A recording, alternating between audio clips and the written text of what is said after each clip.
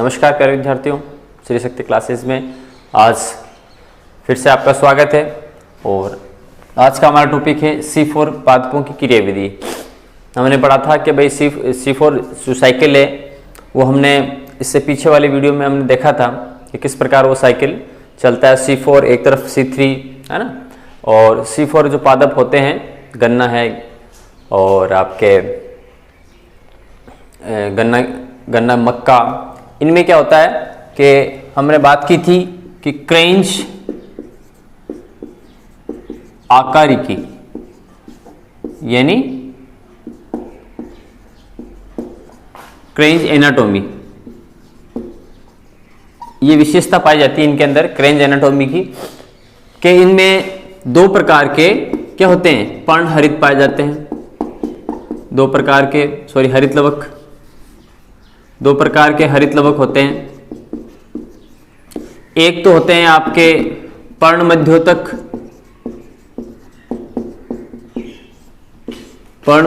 हरित लवक, और एक होते हैं पूलाछद बंडल शीट। जो पर्ण मध्योतक हरित लवक है उसमें पर्ण मध्योतक कोशिकाएं पाई जाती हैं, और पूलाछद हरित लवक में पूलाछद कोशिकाएं पाई जाती है। ठीक है, फिर हमने देखा था कि सबसे पहले कार्बन डाइऑक्साइड को, वायुमंडलीय कार्बन डाइऑक्साइड को 3 कार्बन युक्त पेप यानी फास्फोइनोल पाइरुविक एसिड द्वारा क्या होता है, ग्रहण किया जाता है। सबसे पहले जो वायुमंडलीय कार्बन डाइऑक्साइड है उसको 3 कार्बन युक्त पेप यानी फास्फोइनोल पाइरुविक एसिड द्वारा क्या होता है, ग्रहण किया जाता है। और साथ ही साथ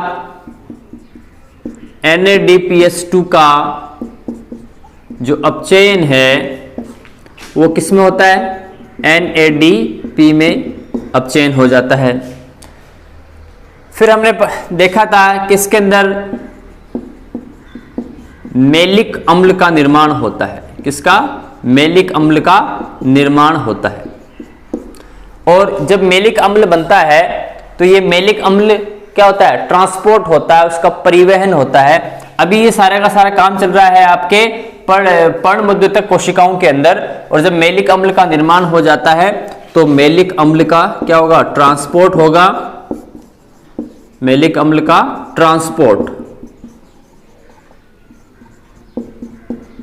ट्रांसपोर्ट किधर होगा, पूलाछद कोशिकाओं में, पूलाछद कोशिकाओं में ट्रांसफर होगा मेलिक अम्ल। तो जब मेलिक अम्ल पूलाछद कोशिकाओं में जाएगा, है ना, तो क्या होगा, CO2 का निष्कासन होगा। CO2 का क्या होगा, निष्कासन होगा। और इसको ग्रहण कौन करेगा, RUBP, है ना, राइबुलोज 1,5-बाइफास्फेट, राइबुलोज 1,5-बाइफास्फेट यानी RUBP इस कार्बन डाइऑक्साइड को जो कि मेलिक अम्ल से निष्कासित हुई है उसको क्या करेगा, ग्रहण कर लेगा। किसकी उपस्थिति में, रिबिस्को एंजाइम की उपस्थिति में, रिबिस्को एंजाइम की उपस्थिति में कार्बन डाइऑक्साइड को RUBP द्वारा ग्रहण कर लिया जाएगा। अब जब CO2 का निष्कासन होगा मेलिक अम्ल से, तो एक और उत्पाद बनेगा पाइरुविक एसिड बन जाएगा। अब जो कार्बन डाइऑक्साइड का निष्कासन हुआ है, ठीक है, उससे फिर पेप फास्फोइनोल पाइरुविक एसिड का निर्माण होगा। साथ ही साथ C6H12O6 यानी ग्लूकोज का निर्माण हो जाएगा। और ग्लूकोज के साथ साथ बहुत से C4, C5, C6, C7 जो उत्पाद हैं उनका भी क्या हो जाएगा, निर्माण हो जाएगा। अब ये जो पायरुविक एसिड आपके बना है, इस पायरुविक एसिड का भी क्या होगा, ट्रांसपोर्ट होगा। और ट्रांसपोर्ट कहां पर होगा, ट्रांसपोर्ट हो जाएगा आपके पर्ण मध्योतक सेल्स में, पर्ण मध्योतक सेल्स में ट्रांसपोर्ट होगा। और जब इसका ट्रांसफर होगा तो यहां पर जो NADP है वो वापस किसमें, NADPH2 में क्या हो जाएगा, परिवर्तन हो जाएगा। और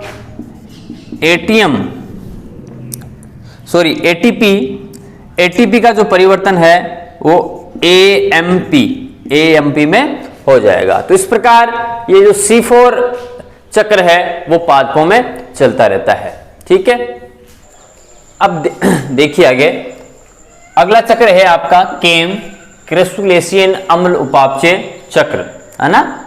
क्रेसुलेशियन अम्ल उपापचय, जिसे मेटाबॉलिज्म कहते हैं, क्रेसुलेशियन एसिड मेटाबॉलिज्म साइकिल या अम्ल उपापचय चक्र, क्रेसुलेशियन अम्ल उपापचय चक्र, इसको आप केम भी बोल सकते हो। देखो इसमें क्या होता है, जो केम चक्र होता है वो आपके मांसल व शुष्क पादपों में पाया जाता है। जो केम चक्र होता है उन पादपों की विशेषता क्या होती है कि वो पादप कैसे होते हैं, मांसल होते हैं और शुष्कोद्भिद होते हैं। ठीक है, शुष्क स्थान में उगने वाले पादपों में इस प्रकार का चक्र चलता रहता है। अच्छा, ये जो क्रेसुलेशियन अम्ल उपापचय चक्र जिन पादपों में चलता है उनमें एक विशेषता होती है कि उनमें एक विशेष प्रकार के रंध्र पाए जाते हैं। उन रंध्रों को हम कहते हैं तिमिर सक्रिय रंध्र या स्कोटो एक्टिव स्टोमेटा, इंग्लिश में बोलते हैं इसको स्कोटो एक्टिव स्टोमेटा, हिंदी में तिमिर सक्रिय रंध्र। तिमिर का मतलब होता है अंधेरा, तिमिर का मतलब अंधेरा, और अंधेरा कब होता है, रात्रि में। सक्रिय यानी सक्रिय रहना। तो ऐसे रंध्र नाम से पता चलता है कि ऐसे रंध्र जो रात्रि में तो सक्रिय होते हैं, यानी रात्रि में खुलते हैं, दिन के समय क्या रहते हैं, बंद रहते हैं। तो ऐसे रंध्रों को हम तिमिर सक्रिय रंध्र कहते हैं। ऐसे रंध्र जो रात्रि में तो बंद रहते हैं रात्रि में तो खुले, वह दिन के समय क्लोज बंद रहते हैं। ठीक है ना, दिन के समय क्या होते हैं, बंद रहते हैं। तभी तो इनका नाम क्या है, स्कोटो एक्टिव। इंग्लिश में भी लिख देता हूं मैं, स्कोटो एक्टिव स्टोमेटा, है ना। तिमिर सक्रिय रंध्र, ऐसे रंध्र जो रात्रि में खुले रहते हैं, ओपन रहते हैं, और दिन के समय क्या हो जाते हैं, बंद हो जाते हैं, क्लोज हो जाते हैं। तो इन पादपों की विशेषता होती है कि भाई इनके अंदर तिमिर सक्रिय रंध्र पाए जाते हैं। अब देखो इसमें होता क्या है। अब यहां पर कार्बन डाइऑक्साइड का 2 बार स्थिरीकरण होता है। कितनी बार, 2 बार स्थिरीकरण होता है। सबसे पहले क्या होता है, यहां पर देखो फर्स्ट फिक्सेशन होता है, यहां पर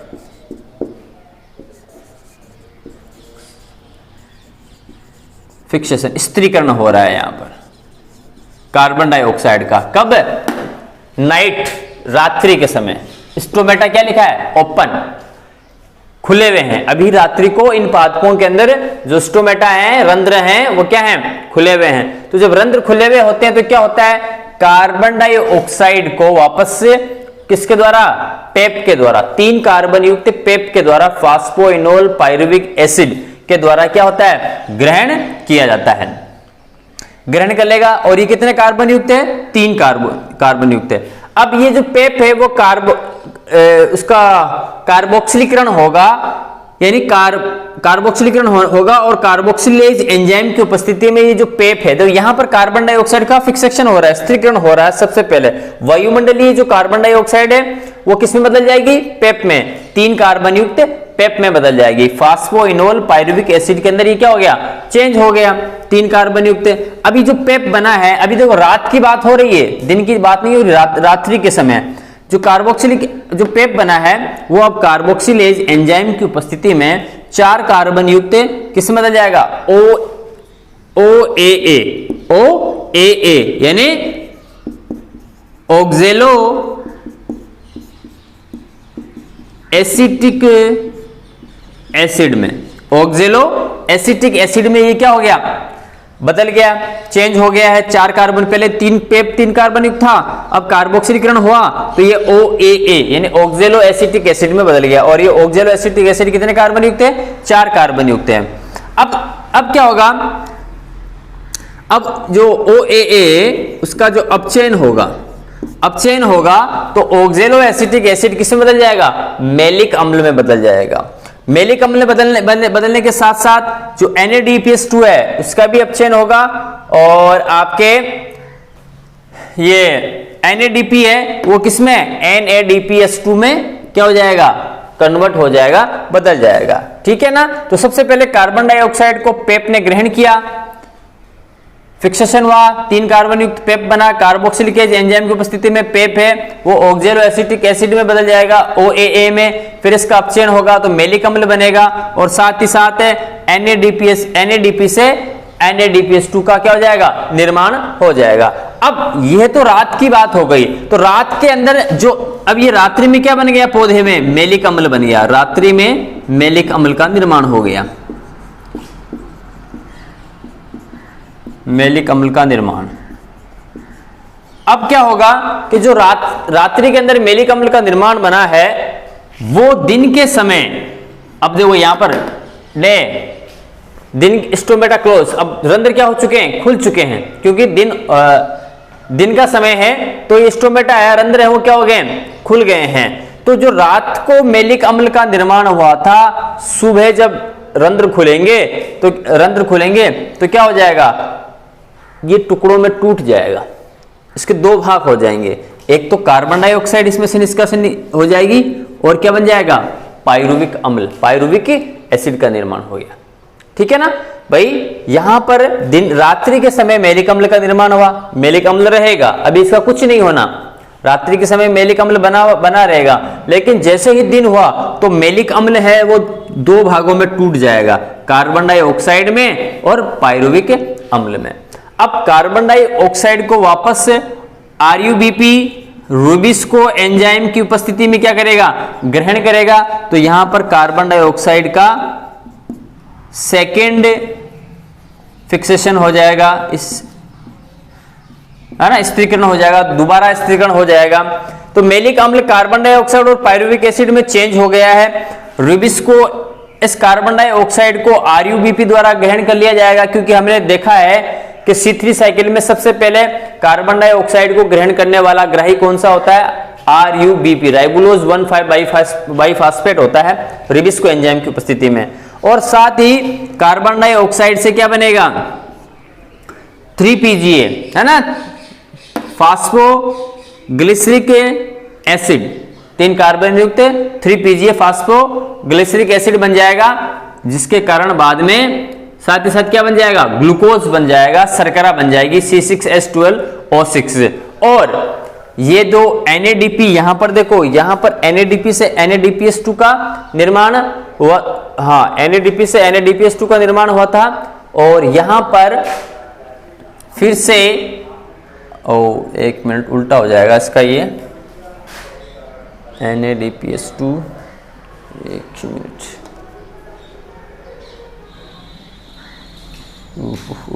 हाँ यहां पर देखो क्या हुआ कि NADPS2 से NADP का निर्माण हुआ था और यहां पर पुनः NADP से क्या बन जाएगा?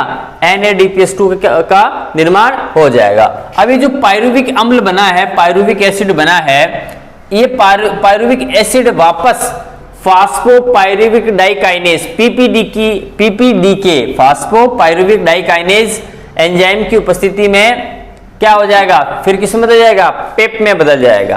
किस में बदल गया, ये पेप में बदल जाएगा और पेप वापस कार्बन डाइऑक्साइड को क्या करेगा, रात्रि के समय ग्रहण करेगा, ऑक्जेलो एसिटिक अम्ल बनेगा, मेलिक अम्ल बनेगा, मेलिक अम्ल वापस दिन के समय दो भागों में टूट जाएगा, कार्बन डाइऑक्साइड और पाइरुविक अम्ल में। तो ये चक्र फिर क्या होता है, चलता रहता है। और ये मांसल और शुष्कोद्भिद पादपों में ये चक्र क्या होता है, चलता है ना। फिर से देख लो कि जो केम क्रसुलेशन अम्ल उपापचय चक्र है, इस चक्र का नाम ही इसलिए रखा गया है कि इस चक्र में पाए जाने वाले जो पौधे होते हैं, प्लांट्स होते हैं, वो दिन के समय इनके रंध्र क्या होते हैं, बंद रहते हैं। वैसे सामान्यतः पादपों के जो पत्तियों में पाए जाने वाले स्टोमेटा है, रंध्र हैं, वो दिन के समय खुलते हैं, रात में बंद होते हैं। लेकिन इसमें उल्टा होता है, इस प्रकार के पादपों में, कैम पादपों के अंदर, कि दिन के समय तो रंध्र क्या हो जाएंगे, क्लोज रहेंगे, बंद रहेंगे, रात्रि के समय खुले हुए रहेंगे।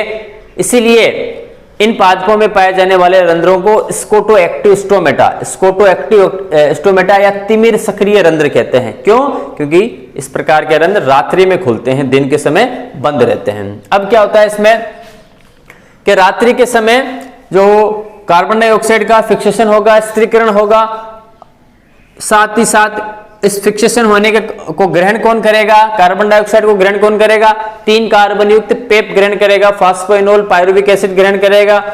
इसका कार्बोक्सिलीकरण होगा पेप का कार्बोक्सिलेज एंजाइम की उपस्थिति में, जिसके कारण ये 4 कार्बन युक्त ऑक्जेलो एसिटिक एसिड यानी OAA में कन्वर्ट हो जाएगा। और साथ ही NADPS2 है, वो किस में बदल जाएगा, NADP में। फिर ऑक्जेलो एसिटिक एसिड का क्या हो जाएगा, अपचयन, मेलिक अम्ल का निर्माण हुआ। जो अब ये मेलिक अम्ल बना है रात्रि के समय, ये दिन के समय टूट जाएगा, दिन के समय क्या हो जाएगा, टूट जाएगा। और टूटने के कारण कार्बन डाइऑक्साइड और पाइरुविक अम्ल नामक 2 उत्पाद बनेंगे। कार्बन डाइऑक्साइड को RUBP राइबोलोज 1,5 बाइफॉस्फेट के द्वारा ग्रहण किया जाएगा। साथ ही इससे PGA बनेगा, 3-PGA फास्फोग्लिसरिक एसिड है, और ग्लूकोज का निर्माण हो जाएगा। साथ ही साथ NADP वापस किस में बदल जाएगा, NADPS2 में। ये जो पाइरुविक एसिड बना था दिन के समय मेलिक अम्ल से, ये वापस से PPDK फास्फोपाइरुविक डाइकाइनेज की उपस्थिति में किस में बदल जाएगा, ये पेप में बदल जाएगा। और वापस पेप क्या करेगा, कार्बन डाइऑक्साइड को रात्रि के समय ग्रहण करेगा, और फिर ये चक्र है वो चलता रहेगा। अगला टॉपिक आता है आपके प्रकाश श्वसन। प्रकाश श्वसन, जैसे नाम से ही पता है, प्रकाश में होने वाला श्वसन। तो ऐसा श्वसन जो प्रकाश की उपस्थिति में होता है, ऐसा श्वसन जो प्रकाश की उपस्थिति में होता है, क्या कहलाता है, प्रकाश श्वसन कहलाता है। साथ ही इसमें क्या होता है, साथ ही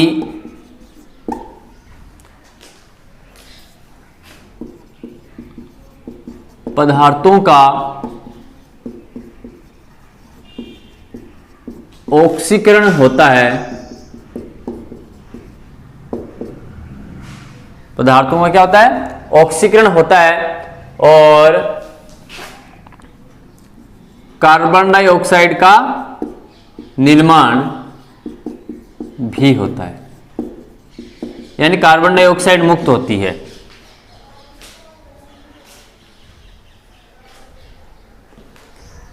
पदार्थों का ऑक्सीकरण होता है, कार्बन डाइऑक्साइड का निर्माण होता है, और प्रकाश की उपस्थिति में होता है ऐसा श्वसन। लेकिन प्रकाश श्वसन में क्या ऊर्जा का उत्पादन नहीं होता, प्रकाश श्वसन में ऊर्जा का उत्पादन नहीं होता।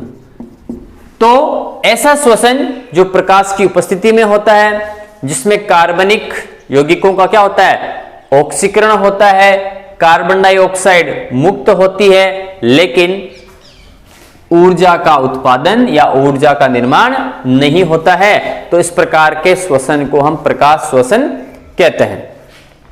यही प्रकाश श्वसन है जिसमें ऊर्जा का उत्पादन किसी भी प्रकार से नहीं हो रहा। आगे कि इसे नष्टकारी क्रिया भी कहते हैं। इसे नष्टकारी क्रिया भी कहते हैं। क्यों? क्योंकि यह प्रकाश संश्लेषण में बाधा उत्पन्न करता है। प्रकाश संश्लेषण में बाधा उत्पन्न करता है। इसीलिए इसे हम क्या कहते हैं? नष्टकारी क्रिया भी कहते हैं। प्रकाश शोषण को नष्टकारी क्रिया कहते हैं क्योंकि ये प्रकाश संश्लेषण में क्या करती है? बाधा उत्पन्न करती है। अच्छा, अब देखो कि प्रकाश श्वसन होगा कब? तो प्रकाश श्वसन तब होता है जब प्रकाश श्वसन तब होता है जब ऑक्सीजन की सांद्रता किससे अधिक हो? कार्बन डाइऑक्साइड से। ऑक्सीजन की सांद्रता कार्बन डाइऑक्साइड से अधिक होती हो। यानी इसकी शर्त क्या है? प्रकाश शोषण होने के लिए शर्त क्या है? कि जब ऑक्सीजन की सांद्रता कार्बन डाइऑक्साइड की सांद्रता से क्या हो? ज्यादा हो, तब प्रकाश शोषण होगा। यदि कार्बन डाइऑक्साइड की सांद्रता ऑक्सीजन की तुलना में अधिक होगी तो प्रकाश श्वसन नहीं होगा। तो प्रकाश श्वसन नहीं होगा। यदि कार्बन डाइऑक्साइड की सांद्रता किससे? ऑक्सीजन की तुलना में अधिक हो गई तो फिर प्रकाश शोषण नहीं होगा। प्रकाश शोषण होने के लिए इसकी सांद्रता ज्यादा होनी चाहिए, कार्बन डाइऑक्साइड की सांद्रता कम होनी चाहिए, तभी प्रकाश शोषण होगा। अच्छा, इसे C2 साइकिल भी कहते हैं, C2 चक्र भी कहते हैं। किसे? प्रकाश शोषण को C2 चक्र भी कहते हैं। क्यों? क्योंकि इसका प्रथम स्थायी उत्पाद जैसे उसका C3 साइकिल में क्या था? C3 साइकिल में PGA है ना, इसलिए उसका नाम उस साइकिल का 3 कार्बन युक्त क्या था? PGA था, इसलिए उसका नाम हम C3 साइकिल रख रहे थे। C4 में प्रथम स्थायी उत्पाद OAA 4 कार्बन युक्त था। इसमें भी क्या है? प्रथम स्थायी उत्पाद 2 कार्बन युक्त ग्लाइकोलेट होता है।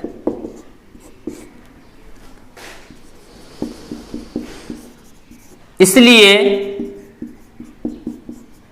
इसे C2 साइकिल भी कहते हैं। क्या कहते हैं? C2 साइकिल भी कहते हैं, है ना भाई। इसका जो प्रथम स्थायी उत्पाद है इसको हम C2 चक्र इसलिए कह रहे हैं क्योंकि इस प्रकाश शोषण का जो प्रथम स्थायी उत्पाद होता है वो 2 कार्बन युक्त होता है। कितना कार्बन युक्त होता है? 2 कार्बन युक्त होता है। इसलिए हम इसे C2 साइकिल भी कह सकते हैं और उसका नाम क्या है? ग्लाइकोलेट।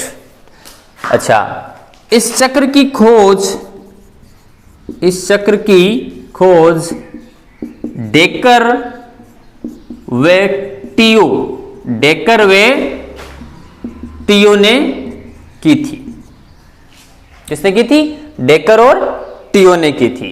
तो प्रकाश शोषण क्या होगा? ऐसा शोषण जो प्रकाश की उपस्थिति में होता है, जिसमें कार्बनिक यौगिकों का क्या होता है? ऑक्सीकरण होता है। ठीक है, कार्बन डाइऑक्साइड मुक्त होती है, लेकिन ऊर्जा का उत्पादन इसमें नहीं होता। अच्छा, इसे नष्टकारी क्रिया कहते हैं। क्यों? क्योंकि ये जो प्रकाश शोषण होगा वो प्रकाश संश्लेषण में बाधा उत्पन्न करेगा। चूंकि ये बाधा उत्पन्न कर रहा है, इसलिए हम इसे नष्टकारी क्रिया भी कहते हैं। प्रकाश शोषण तभी होगा जब CO कार्बन डाइऑक्साइड की सांद्रता कम होगी, ऑक्सीजन की सांद्रता क्या होगी, ज्यादा होगी।